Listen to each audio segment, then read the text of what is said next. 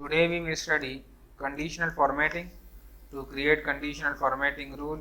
इसके अलावा हम पायोट टेबल के बारे में पढ़ेंगे और साथ में मैक्रोस किस तरह रन होते हैं और इफ फंक्शन किस तरह यूज़ होता है।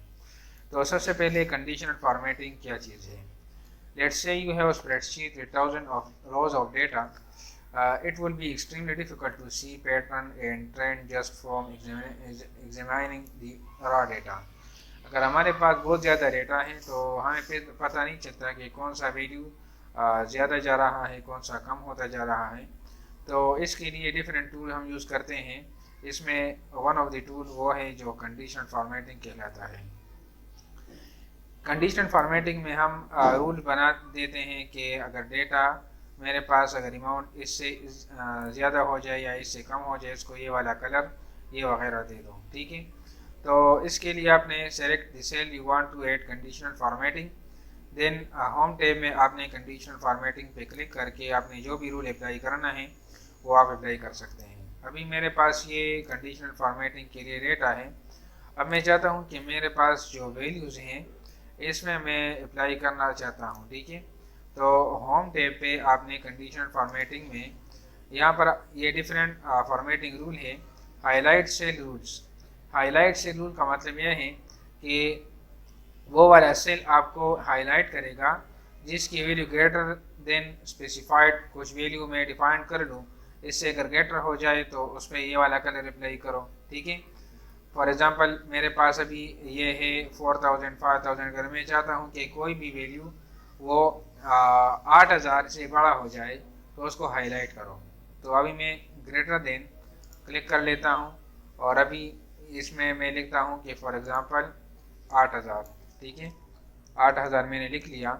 तो अब इस पर कौन सा कलर अप्लाई करना है, तो light red with dark red text ये वाला आपने करना है, या आपने येलो टेक्स्ट देना है या आपने ग्रीन टेक्स्ट देना है, ठीक है। जो भी आपने देना है वो, या लाइट रेड फिल, जो भी आपने करना है वो आप यहाँ से कर लें, ठीक है।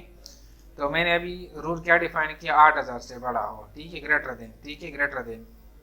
इस पे मैं ओके कर लेता हूँ।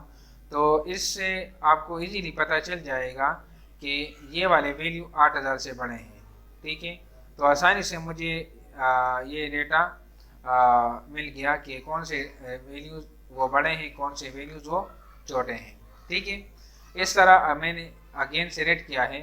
अब मैं चाहता हूँ कि वो वाला हाईलाइट कर लो, या इसमें जिसका वैल्यू कम है, जिस पे बिटवीन दो वैल्यूज़ के हैं, या इक्वल टू एग्जैक्ट वैल्यू जिसमें टेक्स्ट है, डेटा करेक्ट डेट जो अगर डेट इसमें है ना अभी, तो इसमें डेटा डेट नहीं है। अगर इसमें डेट है, डेट वो वाला डेट अगर मैच करें, ठीक है। डुप्लीकेट वैल्यू अगर कहाँ पर है, डुप्लीकेट वैल्यू के मीन एक जैसे वैल्यू, ठीक है। तो ये हाईलाइट से रूल है। इस तरह आप टॉप बॉटम रूल भी अप्लाई कर सकते हैं। फॉर एग्जांपल टॉप 10 आइटम पे क्लिक करो, टॉप 10% पे, ठीक है। इस तरह आप बार भी यूज़ कर सकते हैं।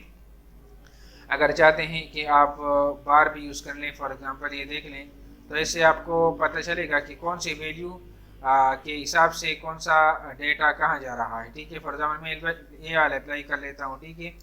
तो ये मुझे दिखाएगा कि ये वैल्यू इतना है, ये ज़्यादा हो चुका है, ये कम है, ठीक है, ये बहुत ज़्यादा कम है। तो इससे भी आपको आसानी से पता चल सकता है कि कौन से वैल्यू किस कंडीशन में अभी है। इसलिए इसको कंडीशनल फॉर्मेटिंग कहते हैं, ठीक है। इस तरह आइकन भी आप अप्लाई कर सकते हैं। अगर आपने अप्लाई करना है तो इसके मीन ऊपर जा रहा है, इसके मीन सेम जा रहा है, इस एरो के मीन के नीचे ये वैल्यू जा रही है, ठीक है। तो ये भी आप जो भी आइकन सेट आपको मुनासिब लगे आप इसको यहाँ से ऐड कर सकते हैं, ठीक है।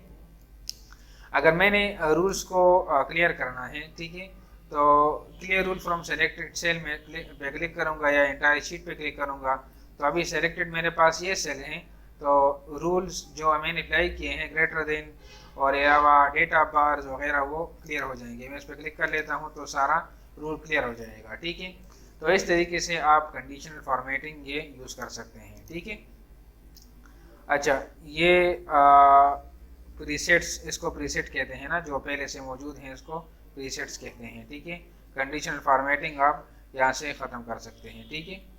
अच्छा, इसमें टास्क 10 भी है कि ये वाला डेटा आपने ऐड करना है और इसके साथ आपने ये वाला कंडीशन अप्लाई करना है, numerical value greater than 5000 and less than 2000, इस पे कंडीशनल फॉर्मेटिंग अप्लाई करना है। और ग्रेटर वैल्यू के लिए कलर ग्रीन होना चाहिए और लेस वैल्यू के लिए कलर रेड होना चाहिए, ये भी आपने करना है। अच्छा, इसके बाद है पायोट टेबल। पायोट टेबल क्या चीज़ है? पायोट टेबल रिपोर्ट और pivot table make data in your worksheet much more manageable by summarizing the data and allowing you to manipulate it different ways. Pivot table की मदद से हम अपने डेटा को समराइज कर सकते हैं।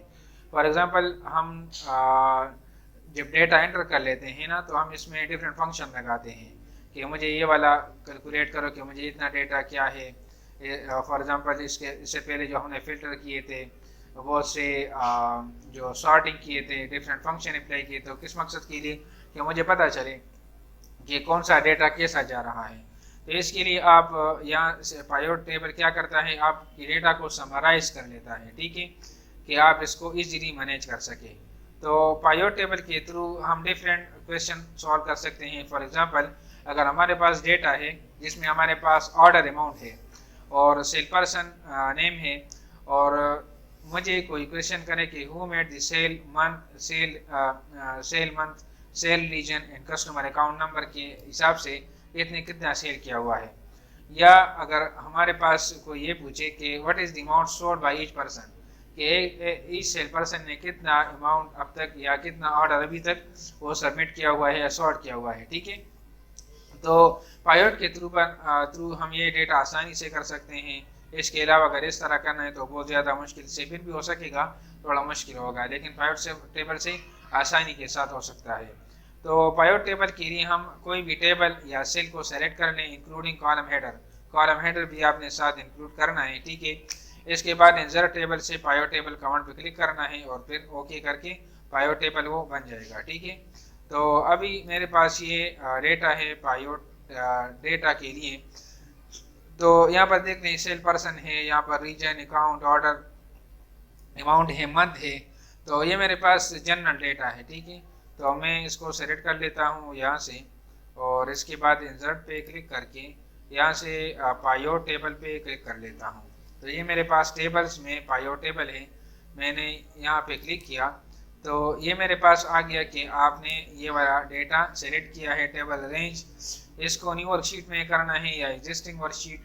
तो मैं चाहता हूँ कि एग्जिस्टिंग वर्कशीट, ठीक है। लोकेशन कहाँ पर डिस्प्ले करना है, मैं चाहता हूँ कि यहाँ पर डिस्प्ले हो जाए। तो मैंने यहाँ से लोकेशन भी कर लिया, मैंने ओके किया। तो आपने देखा कि यहाँ मेरे पास इसका एक पायोट फील्ड लिस्ट आ गया, ठीक है, और ये मेरे पास डेटा है। अब मैं यहाँ से सेल पर्सन पे क्लिक कर लेता हूँ, ठीक है। तो मैं जब यहाँ पे क्लिक कर लेता हूँ तो आप देख लें कि यहाँ मेरे पास क्या आएगा, ये सेल पर्सन, ठीक है। अब इसको मैं यहाँ से सेल पर्सन और साथ में रीजन, अमाउंट, ठीक है। तो यहाँ आप देख लें, क्योंकि मैंने ये वाला सेलेक्ट किया था, अगेन मैं सेलेक्ट कर लेता हूँ कि पायोट मुझे वो क्लियर नज़र आए ना। तो मैं इसको अगेन कंट्रोल जी से, कंट्रोल जेड से मैं इसको ख़त्म कर लेता हूँ। मैं अगेन सेलेक्ट कर लेता हूँ अपना सिलेक्शन, ठीक है। और यहाँ से मैं इंसर्ट पायोट टेबल और एग्जिस्टिंग वर्कशीट, और यहाँ से मैं कोई इस तरह का सेल क्लिक कर लेता हूँ कि मुझे विजिबल हो, ठीक है। मैंने ओके किया तो ये पायोट टेबल आ गया, ठीक है। मैं सेल पर्सन पे क्लिक कर लेता हूँ तो ऑटोमेटिकली जितने सेल पर्सन हैं उसके नेम यहाँ पर आ गए, ठीक है। अब मैं सेल पर्सन का ऑर्डर अमाउंट चेक करता हूँ कि कौन कौन से सेल पर्सन ने क्या अमाउंट ऑर्डर किया है अभी तक। तो मैं ऑर्डर अमाउंट पे जब क्लिक करूँगा तो मुझे ऑटोमेटिकली टोटल आ गया कि इस बंदे ने इतना ऑर्डर किया है, इस बंदे ने इतना, इस बंदे ने इतना, और ग्रैंड टोटल ऑटोमेटिकली आ गया, ठीक है। अगर मैं चाहता हूँ कि कौन से रीजन में किया हुआ है तो मैं ये भी सेलेक्ट कर लेता हूँ। तो ये मुझे बता रहे हैं कि इस बंदे ने इस रीजन में इतना अमाउंट किया है, इस बंदे ने इस रीजन में, इस बंदे ने इस रीजन में, हर एक का एक रीजन आ गया, ठीक है। अगर मैं रीजन को डीसेलेक्ट करके वन को सेलेक्ट कर लेता हूँ तो मुझे ये बता रहा है कि इस बंदे ने टोटल अमाउंट इतना किया हुआ है, और जनवरी में इतना किया है, फरवरी में इतना किया है, मार्च में इतना किया है। इस तरह इस बंदे ने टोटल इतना किया है। यहाँ से आप इसको मिनिमाइज भी कर सकते हैं, ठीक है। इस तरह यहाँ से आप इसको सेलेक्ट भी कर सकते हैं, सेलेक्ट आल पे सेलेक्ट हैं, और यहाँ से आप चाहते हैं कि मुझे 2-3 बंदे आ जाएं, तो आप यहाँ से इसको भी सेलेक्ट कर सकते हैं। जो मैंने सेलेक्ट किया वो आ गया, ठीक है। तो इस बेस पे आप फिल्टर भी ऑटोमेटिकली आ जाता है। तो आप यहाँ से अगर क्लियर फिल्टर कर ले तो वापस पूरा डेटा आ जाएगा, ठीक है। इस तरह अगर मैं मंथ के अलावा अकाउंट पे क्लिक कर लूँ तो मुझे आता है कि कितना अकाउंट, अगर मंथ पे क्लिक कर लूँ तो मंथ के हिसाब से कितना अकाउंट वो आ रहा है, वो डेटा मुझे आसानी से मिल जाता है, ठीक है। तो ये हमारे पास था पायो टेबल। अगर यहाँ पर हमने वैल्यू की सम नहीं लगाना है तो जो भी फंक्शन आपने ऐड करना है, यहाँ पर है सम ऑफ ऑर्डर अमाउंट, ठीक है। तो आप यहाँ से इसको चेंज भी कर सकते हैं, ठीक है। और इसके अलावा आप अगर चाहें तो इस रो को आप चेंज कर लें कॉलम पे, ठीक है, और वैल्यूज़ को यहाँ पर ले आ जाए, तो आपका सारा जो इसका इंटरफेस है वो चेंज हो जाएगा, ठीक है। तो आप इसको भी अगर जो भी आपने यहाँ पर ले जाना चाहते हैं, रिपोर्ट फिल्टर, अगर यहाँ पे मैंने क्लिक किया रिपोर्ट फिल्टर पे कि सेल पर्सन अभी सारे का आ रहा है ना, तो यहाँ से मैं क्लिक करूँ कि इस बंदे का चाहिए, मैंने ओके किया तो अभी इस बंदे का डेटा मुझे आ रहा है। तो इस पायो टेबल के थ्रू में बहुत आसानी से अगर चाहता हूँ तो सारा कैलकुलेशन, उसका समरी और मैं आसानी से कर सकता हूँ, ठीक है। अच्छा, चेंज रो लेबल भी आप कर सकते हैं, ठीक है, कॉलम लेबल भी कर सकते हैं। अच्छा, रिपोर्ट फिल्टर भी कर सकते हैं अगर मुझे रिपोर्ट के हिसाब से करना चाहिए। अच्छा, स्लाइसर क्या चीज़ है? स्लाइसर इंट्रोड्यूस हुए हैं एक्सेल 2010 में। इसका मतलब यह है कि जिस तरह हम फिल्टर करते हैं इस तरह डेटा ये जो फिल्टर करते हैं इस तरह, ठीक है। तो फिल्टर करने के लिए स्लाइसर बहुत आसानी से हो जाता है, ठीक है। ये रिपोर्ट फिल्टर की तरह काम करता है, लेकिन ये आपको इस तरह एक सिलेक्शन आ जाएगा, एक बॉक्स आ जाएगा, उससे आप सेलेक्ट करके आसानी से आप कर सकते हैं। तो एड स्लाइसर के लिए आपने ऑप्शन पे जाके इंसर्ट स्लाइसर पर क्लिक करना है, और वहाँ से आपने जो भी आपने जिस बेस के लिए आपने बनाना है स्लाइसर वो आपने सेलेक्ट करना है। तो इसके लिए आपने ये करना है कि अभी मैं स्लाइसर को ऐड करना चाहता हूँ, तो ये पायो टेबल के टूल्स हैं, एक ऑप्शन है, एक डिज़ाइन है, आप डिज़ाइन भी चेंज कर सकते हैं, जो भी डिज़ाइन आपको चाहिए वो कर सकते हैं, ठीक है। और इसके अलावा अगर आप ऑप्शन पे चले जाएं, इंसर्ट स्लाइसर पे क्लिक कर लें, तो मुझे चाहिए कि सेल पर्सन के हिसाब से या मंथ के हिसाब से आ जाए, ठीक है, ओके। तो यहाँ पर आप देख लें एक स्लाइसर आ गया, ठीक है। मैं चाहता हूँ कि जनवरी का डेटा चाहिए तो जनवरी का आ गया, फरवरी का चाहिए फरवरी का आ गया, मार्च का चाहिए मार्च का आ गया। और यहाँ से अगर आप आल को सेलेक्ट कर लें तो ये आपको आल डेटा आ गया। लेकिन मैंने अभी यहाँ पर ये चेंज किया है, सेल पर्सन में अगेन यहाँ पर डाल लेता हूँ, और यहाँ से मैं कॉलम लेबल वैल्यूज़ ये मंथ हैं। और अच्छा, अब यहाँ पर देख लें, मैं जो भी आपने सेलेक्ट करना है ना उसके हिसाब से आपको डेटा चेंज होता जा रहा है। अगर आपने 2 को सेलेक्ट करना है तो कंट्रोल प्रेस करके आपने 2 सेलेक्ट करना है। तो अभी देखिए फरवरी मार्च, मैंने 3 को से 3rd को भी सेलेक्ट करना है तो कंट्रोल पे प्रेस करके जनवरी पे क्लिक कर लूँगा तो जनवरी फरवरी मार्च सबका डेटा आ रहा है। तो स्लाइसर के थ्रू आप आसानी से डेटा को मैनेज कर सकते हैं, ठीक है। तो ये हो गया स्लाइसर, ठीक है। इसके अलावा हम इस जो डेटा हमारे पास ये आ रहा है, ठीक है, जो समरी डेटा है, इसका हम चार्ट भी बना सकते हैं। फॉर एग्जांपल मुझे इस डेटा का चार्ट बनाना चाहिए तो मैं ये भी आसानी के साथ कर सकता हूँ। यहाँ से पायो चार्ट पे क्लिक कर लूँगा और जो भी मुझे चार्ट चाहिए मैं ओके कर लूँगा। तो ये देख लें यहाँ से ये डेटा चार्ट आ गया। अब आपने जो भी करना है ना, जो भी मंथ स्लाइसर से आप सेलेक्ट करना है तो चार्ट उसके हिसाब से चेंज होता जा रहा है। अगर आपने जनवरी फरवरी मार्च ये भी सेलेक्ट करना है तो ये भी कर सकते हैं, इसके हिसाब से चार्ट का जो डेटा है वो आप कर सकते हैं। चार्ट पे क्लिक करके चार्ट का जो लेआउट फॉर्मेट है जो हमने कल पढ़े थे ना डिटेल से, उसे भी आप चेंज कर सकते हैं, जो भी आपको चाहिए वो आप कर सकते हैं, ठीक है। तो ये हमारे पास हुआ जो पायोट का डेटा है, पायोट के चार्ट हम किस तरह ऐड कर सकते हैं, ठीक है। तो पायोट चार्ट हमने ऐड किया। इसके अलावा मैक्रो क्या चीज़ है? मैक्रोज के थ्रू, मैक्रो जैसा लाइक रिकॉर्डिंग, कि हम एक काम को बार बार करते हैं कि तो इस काम को हम रिकॉर्ड करने और रिकॉर्ड के थ्रू हम इसको रिपीट कर सकते हैं। फॉर एग्जांपल मेरे पास ये न्यू शीट है, इसे मैंने मैक्रो बनाना है तो व्यू पे मैं क्लिक करके मैक्रो पे क्लिक कर लूँगा और यहाँ से मैक्रो का नेम दूंगा, फॉर एग्जांपल न्यू डेटा। ठीक है, मैंने इसको नेम दिया, लेकिन नेम में स्पेस नहीं होना चाहिए। क्रिएट मैंने कर लिया और यहाँ से मैक्रो चूँकि अभी VA में आ रहा है तो मैं इसको क्लिक कर लूँगा। ठीक है, यहाँ से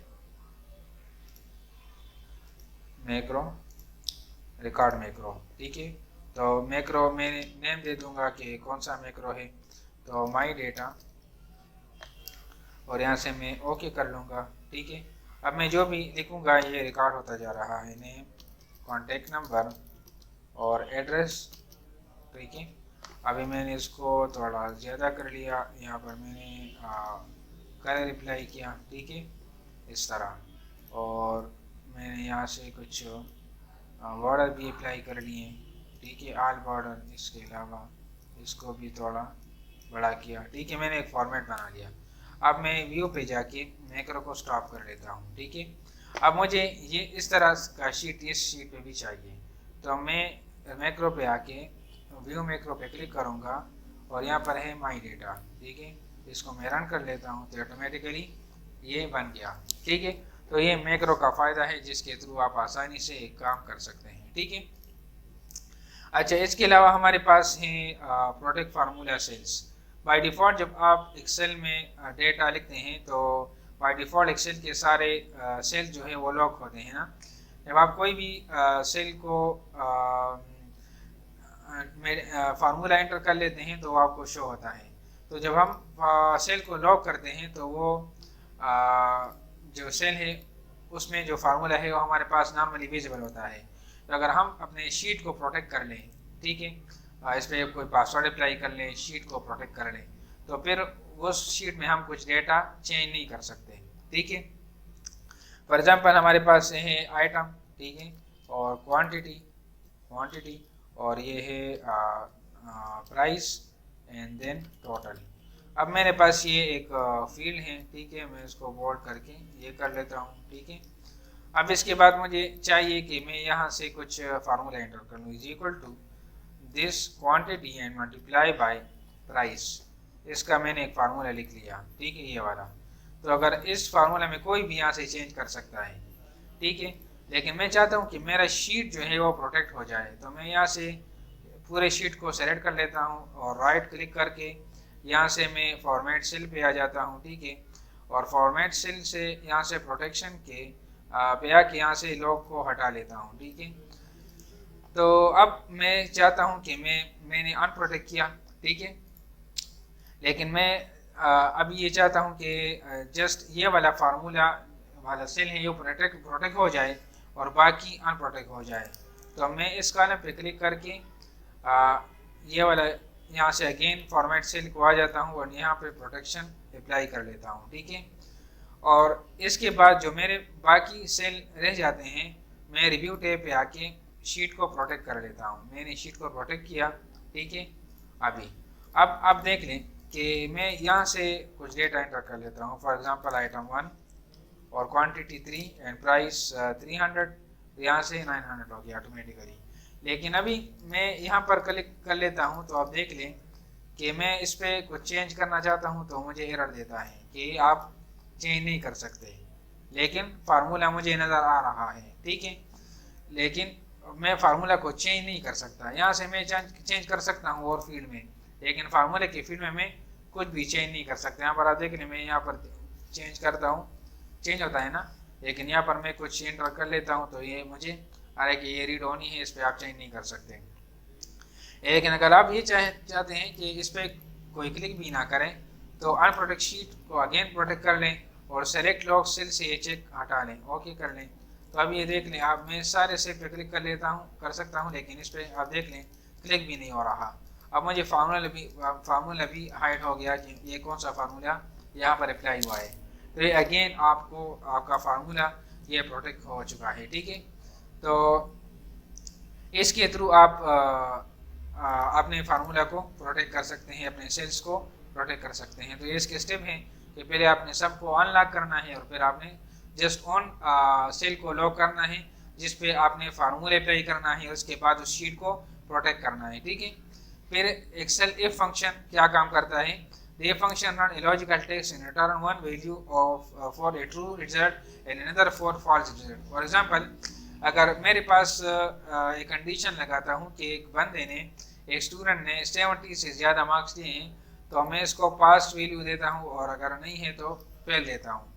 तो इसके लिए मैं एक कंडीशन अप्लाई कर लेता हूँ, ठीक है।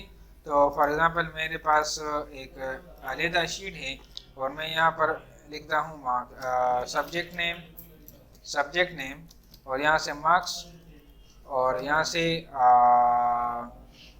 रिजल्ट, ठीक है। तो मैं ये कंडीशन अप्लाई कर लेता हूँ यहाँ से, अगर किसी ने 70 से ज़्यादा मार्क्स लिए हैं तो मैं इसको पास करना चाहता हूँ, वरना फेल होगा। तो इज इक्वल टू इफ़, ठीक है, फिर ब्रैकेट को ऑन करना है। इफ़ मार्क्स किस में है, B2 में है ना, मैंने इसको क्लिक किया, ग्रेटर देन 70, तो क्या करो, फिर कर लो कि पास, ठीक है।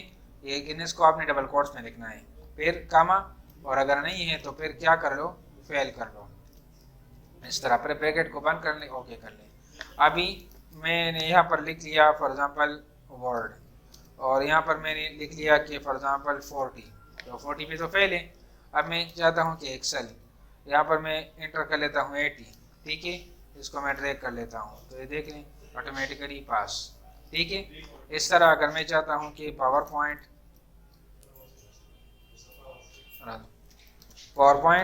और इसको मैं चाहता हूँ कि 70, तो इसको आप कर लें, तो 70 से मैंने ग्रेटर लगाया ना, तो ये फेल हो गया, ठीक है। ये सिर्फ इफ एल्स है, लेकिन आपने अगर मल्टीपल करना है तो इसको कहते हैं फिर नेस्टेड इफ स्टेटमेंट। अगर मैं चाहता हूँ कि मल्टीपल केस आ जाए ना, तो इसको भी आप कर सकते हैं। फॉर एग्जांपल मैं चाहता हूँ कि if mass is greater than 70 पास, ठीक है, और इस पार्ट में मैं अगेन लिख लेता हूँ कि इफ दिस मार्क्स, ठीक है, जो ये वाले हैं B2 इज ग्रेटर देन 80, ठीक है। तो फिर क्या कर लो, इसको कर लो फॉर एग्जांपल B ग्रेड, ठीक है, और if B2 is greater than 90, फिर इसको दे दो A ग्रेड, और अदरवाइज फिर क्या करो, इसको फेल कर लो, ए को में ए, ठीक है, और फिर फेल। लेकिन ब्रैकेट आपने सब को क्लोज करना है, तो 1 फिर 2 फिर 3, कितने हैं मेरे ख्याल में 1 एफ है, 2 एफ, 3 एफ है, इसको मैंने क्लोज किया। तो अब ये क्या चाहता है कि एफ दिस, तो फेल में अगेन मैं इफ लगा लेता हूँ, इफ दिस मार्क्स E3 है, ठीक है, इज ग्रेटर देन 80, तो क्या कर लो B, और फिर if this marks is greater than 90, तो क्या कर लो A, और इसके अलावा फिर क्या कर लो फेल, और इसको भी क्लोज कर लो, फिर इसको भी क्लोज कर लो, और ये भी क्लोज हो जाएगा। तो ये तकरीबन 1 2 3 1 2 3, ठीक है, हो गया। तो अभी ये देख लें 80 पास, ठीक है, 80 मैंने क्या लिखा है, ग्रेटर देन 80, तो मैं इसको 82 कर लेता हूँ, तो क्या आएगा, इफ ग्रेटर देन 70, तो मैं इस तरह कर लेता हूँ, पहले 90 को लिख लेता हूँ, ठीक है, तो इसको कहते हैं A ग्रेटर देन 80, फिर B ग्रेटर देन 70, फिर पास, और फिर फेल, ठीक है। इसको आप देख लें B, ठीक है।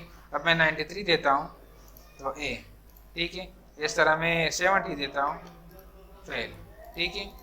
तो इसको आप फिर नीचे कॉपी कर लें या ऊपर कर लें, तो ये ऊपर भी इस तरह हो जाएगा, ठीक है। तो ये देख लें, मैं इसको 90 कर लेता हूँ, 92, एक को कर लेता हूँ 85, एक को कर लेता हूँ 73। ठीक है, तो इस बेस पे हमने एक बना लिया। तो इसके अलावा आप यहाँ से ये वाला डेटा आपने एंटर करना है 10.1 में, इस पर आपने पायोट टेबल अप्लाई करना है, पायोट चार्ट भी बनाना है, और 10.2 में आपने ये वाला डेटा एंटर करना है। इस बेस पे ये ग्रेड कैलकुलेट करना है, और क्राइटेरिया ये गिवन है कि अगर अबाउ 80 है तो ए, अबाउ 70 है तो बी, अबाउट 60 है तो सी, बिलो 60 है तो फिर डी करना है। ठीक है, ये आप लोगों ने करना है। ठीक है।